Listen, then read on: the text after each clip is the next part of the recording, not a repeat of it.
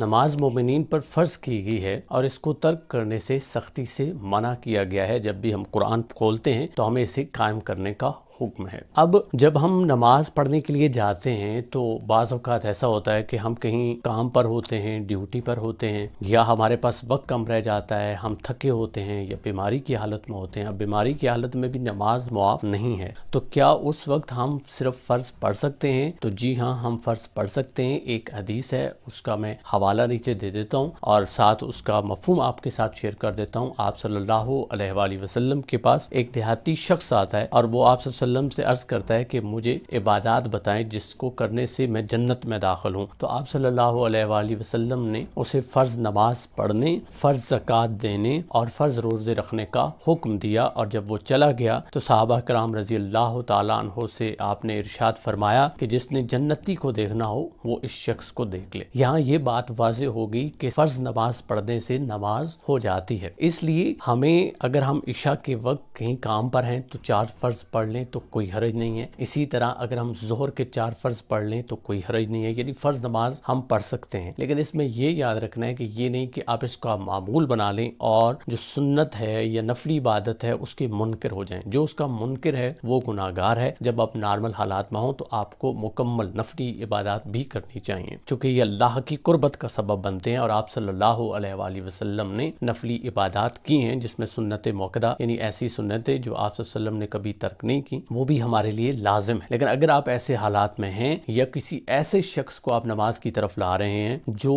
عبادات میں اچھا نہیں ہے یا جو سستی کرتا ہے، تو اس کو صرف فرض نماز کا بتائیں۔ یہ علماء کا کام ہے کہ دین کے بارے میں ان کو سمجھائیں کہ دین انتہائی آسان ہے، اللہ نے مشکل آپ کے لیے پیدا نہیں کی، اللہ نے اور اللہ کے نبی نے آپ کے لیے آسانیاں پیدا کی ہیں، جس طرح یہ حدیث کا مفہوم میں نے رکھا۔ امید ہے کہ اس نقطے کو آپ سمجھیں گے۔ جزاک اللہ۔